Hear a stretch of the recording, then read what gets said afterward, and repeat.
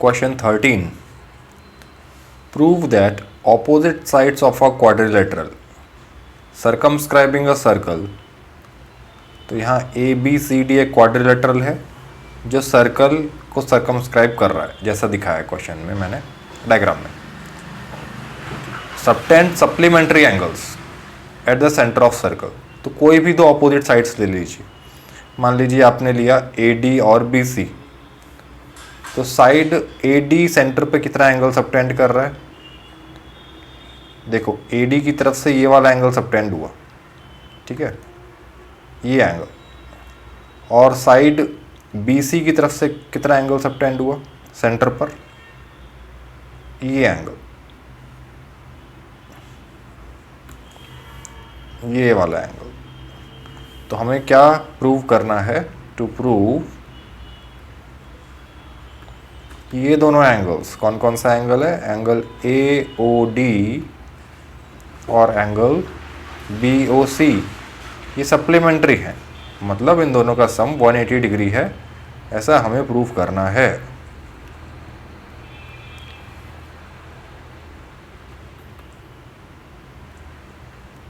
ठीक है. इन दोनों एंगल्स का सम हमें 180 डिग्री बताना है.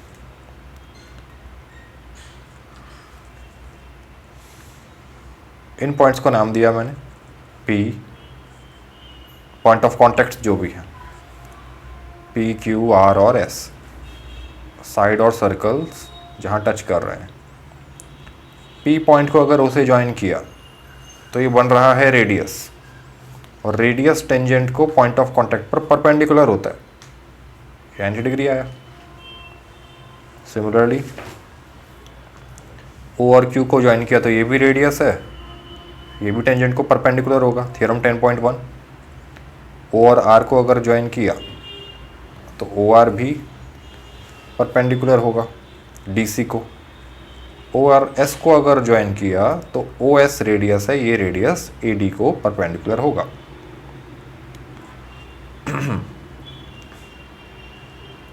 ठीक है.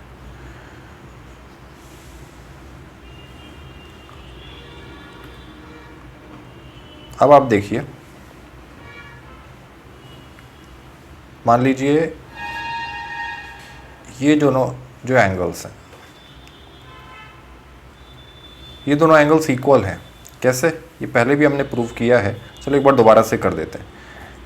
इन ट्रायंगल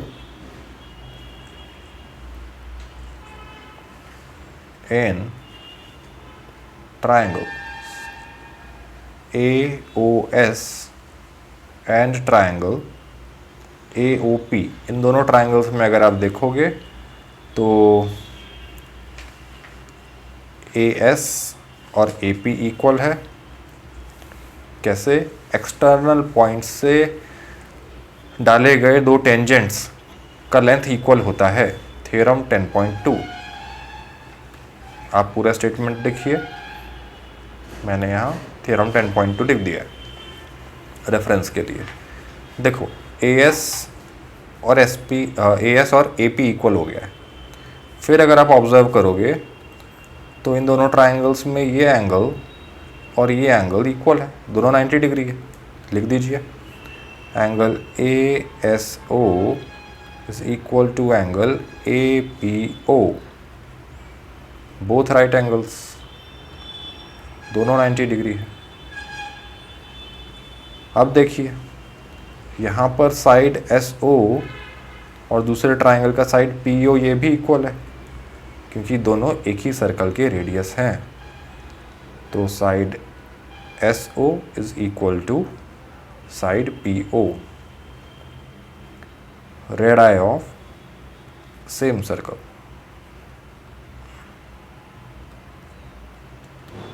एक ही सर्कल के तो सारे रेडियस इक्वल ही होंगे ना. तो इन तीनों को देखकर क्या बताया जा सकता है कि ट्रायंगल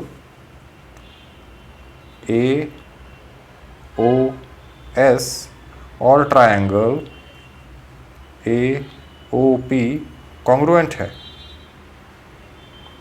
SAS सिमिलरिटी क्राइटेरिया से.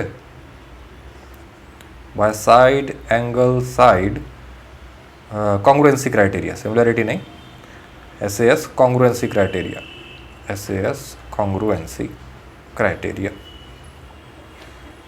ठीक है। और अगर ये ट्राइंगल्स कॉन्ग्रुएंट हैं तो करस्पॉन्डिंग पार्ट्स इक्वल होंगे। तो अगर इस एंगल को मैंने कहा ये एंगल 1 है तो ये एंगल भी एंगल 1 ही होगा, ठीक है। इसका मतलब angle AOS is equal to angle POA, या लिख दीजिए आप एंगल AOP। मैंने दोनों को एंगल 1 बोल दिया है, नाम दिया एंगल 1। ये कैसे लिखा हमने? CPCT से, corresponding parts of congruent triangle. अब सिमिलरली आप बोल सकते हो बिल्कुल इसी तरह से, ये एंगल और ये एंगल भी सेम होगा। मैंने इसे कहा एंगल 2, एंगल 2। फिर आप बोल सकते हो कि ये एंगल और ये एंगल भी इक्वल होगा, ये 3 और 3। अब सबको तो अलग अलग कॉन्ग्रुएंट प्रूफ करने की ज़रूरत है नहीं, हम सिमिलर, ये एंगल 4 तो ये एंगल 4, तो सिमिलरली लिखकर ऐसा लिख देते हैं, सिमिलरली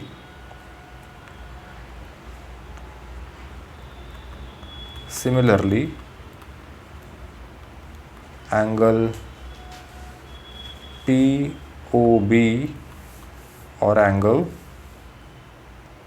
QOB दोनों इक्वल हैं।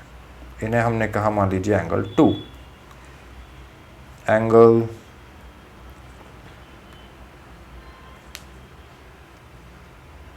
SOD और एंगल ROD इक्वल है, इन्हें हमने कहा एंगल 3, सॉरी एंगल 4 कहा है, ठीक है।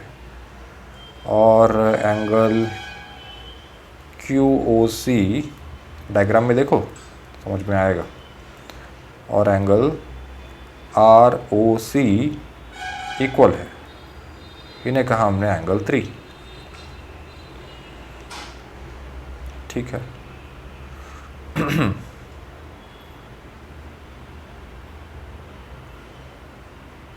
ठीक है, हमें क्या प्रूफ करना था कि एंगल AOD एंगल BOC इनका सम 180 डिग्री है। जो प्रूफ करना है उस पर तो हमेशा नज़र रखिए, ध्यान रखिए कि क्या प्रूफ करना है, उसे के अकॉर्डिंग हम क्वेश्चन अप्रोच करेंगे, सॉल्यूशन में आगे बढ़ेंगे, ठीक है।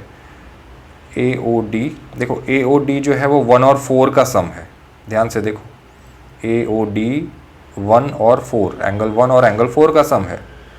एंगल BOC एंगल 2 और एंगल 3 का सम है, ठीक है।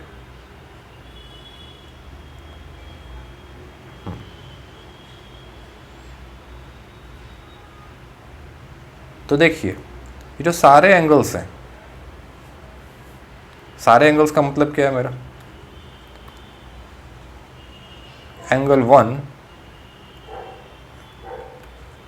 ये angle 1 plus angle 1 plus angle 2 plus angle 2 plus angle 3 plus angle 3 plus angle 4 plus angle 4, ये सब तो मिलकर होल एंगल बना रहे हैं।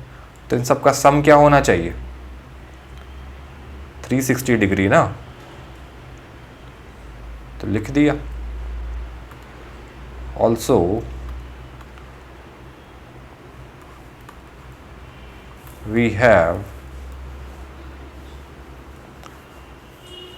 Angle 1 plus angle 1 plus angle 2 plus angle 2 plus angle 3 plus angle 3 plus angle 4 plus angle 4, इन सबका sum क्या आया? 360 डिग्री। कैसे आया? Whole angle.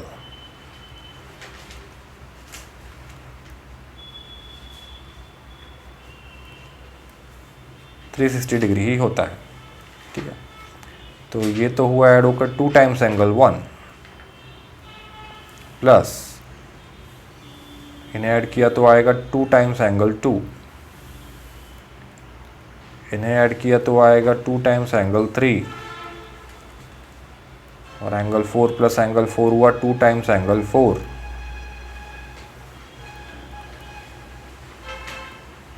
Is equal to 360 degree.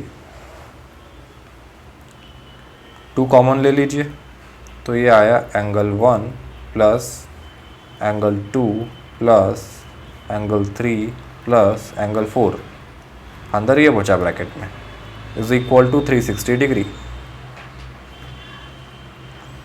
2 multiplication में है इस पूरे ब्रैकेट को, तो 2 का साइड चेंज कर दीजिए,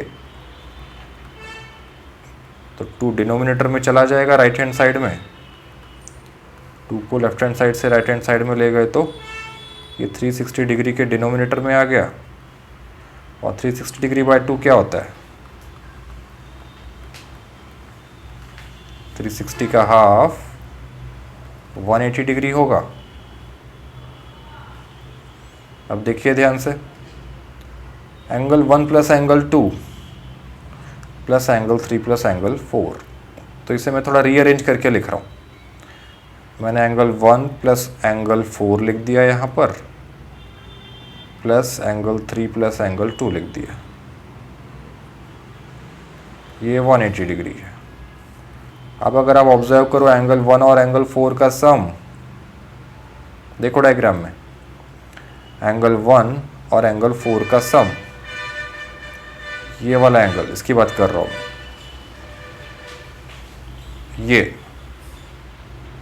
1 और 4 का सम, ये तो एंगल AOD है,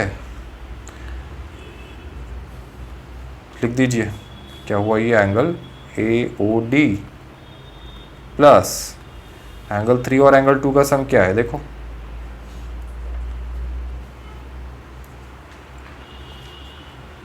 इसे ब्लू कलर से मार्क कर रहा हूँ, एंगल 2 और एंगल 3 का सम ये वाला एंगल देखो, ये एंगल 2 और एंगल 3 का ही तो सम है, तो ये तो एंगल BOC है,